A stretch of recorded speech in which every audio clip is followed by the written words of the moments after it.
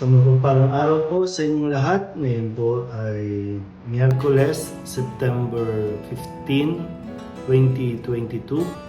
At ngayon po ay pinagdiriwang natin ang kapistahan ng pagtatanghal sa banal na krus o the Feast of the Exaltation of the Cross. Ang ating pong unang pagbasa ay hinango sa Aklat ng mga Bilang, chapter 21, verses 4 to 9. Noong mga araw na iyon, nainip ang mga tao sa pasikot-sikot na paglalakbay. Nagreklamo sila kay Moises, "Inialis mo ba kami sa Ehipto para patayin sa ilang na ito? Wala kaming makain ni mainom.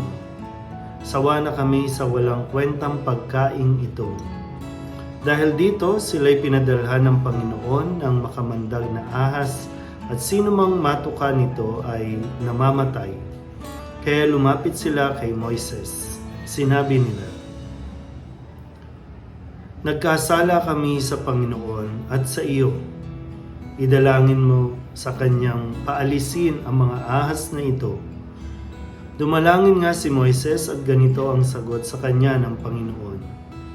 "Gumawa ka ng isang ahas na tanso. Ilagay mo iyon sa dulo ng isang tikin at sino mang natuklaw ng ahas na tumingin doon ay hindi mamamatay."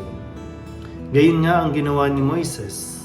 Mula noon, lahat ng matuklaw ng ahas ngunit tumingin sa ahas ng tanso ay hindi namamatay. Ang salita ng Diyos.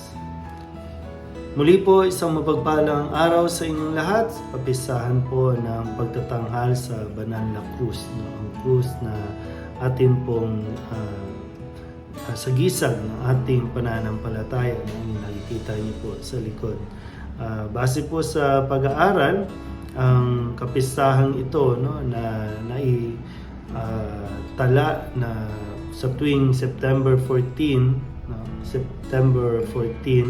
ito ay pagdiriwang na ang pagtatampok ng banal na krus na itinatag na base din sa nang mahanap ni Reyna Santa Elena yung tunay na krus, yung pinagpakuan kay Hesus Kristo noong year 324. So, bago po ako nalipat dito sa Birhen ng Soledad Parish, kami po kasama ang ilan sa mga kaparian at mga ihos ay dinala ng Nazareno sa bansang Israel, at doon din namin natagpuan o napuntahan namin yung mismong pinagtirikan ng krus at yung sabi nila yung mismong pinagtatapunan ng lahat ng mga krus na ginamit noon. At base nga po sa kwento na mayroong isang krus na kung saan hinahanap ni Reyna Elena, ni Reyna Elena yung pinagpakuan kay Kristo, para malaman o nalaman nila na yun ang krus na pinagpakuan kay Kristo ay nung ilagay nila yung patay ay muling nabuhay. So kaya yun po yung ay tinuring na pinagpakuan kay Kristo. So, pero higit pa po doon, higit sa pagkakatagpo ng banal na krus, ang nais na ipaalala nawa sa atin na ang krus ay sa tuwing makikita niyo po itong krus na ito, kumbaga noon po ng panahon ng mga Romano, panahon ng mga Hudyo, ang krus ay simbolo ng kahihiyan. Dahil yan po, diyan ipinapako ang lahat ng mga pinarurusahan ng pamahalaang Romano.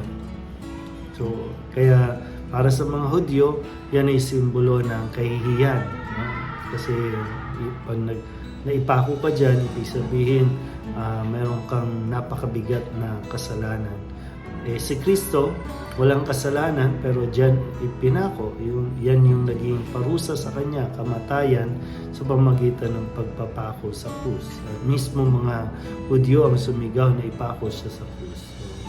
Pero pagkatapos nun, ang krus na yan na para sa iba ay kahihiyan, Pero para sa ating mga Kristiyano, sa tuwing tinitingnan natin ang krus na yan ay nagpapaalala ng pag-ibig o pagmamahal ng Diyos sa tao. Na kung katulad nga po sa unang pagbasa, umaalala niyo po ang simbolo ng mga doktor o ng mga medical field, no? 'Di ba yung simbolo nila, no, na kahoy o yung basta may pole tapos may nakaikot na ahas, na yun ang ginamit ng medical practitioner natin na maging simbolo nila dahil nga pagpapagaling ang kanila pong habon. So higit dun sa physical na kagalingan na naidulot dahil nga sa kasalanan ng mga tao sa kanilang patuloy na pagrereklamo sa Diyos, nung sabihin din naman ng Panginoon kay Moises na gumawa ng isang pole na may silver na ahas, ay ang sino mang tumingin ay hindi mamamatay. Ganun din naman, ang sino mang tumingin sa krus na yan, ito pong yan krus na yan, kung saan nagpapaalala ng pag-aalay ng buhay ni Kristo, na nagsasabi, sino din tumingin dyan ay nagkakaroon ng pag-asa, nagkakaroon ng panibagong sigla, no, sa kanyang pamumuhay.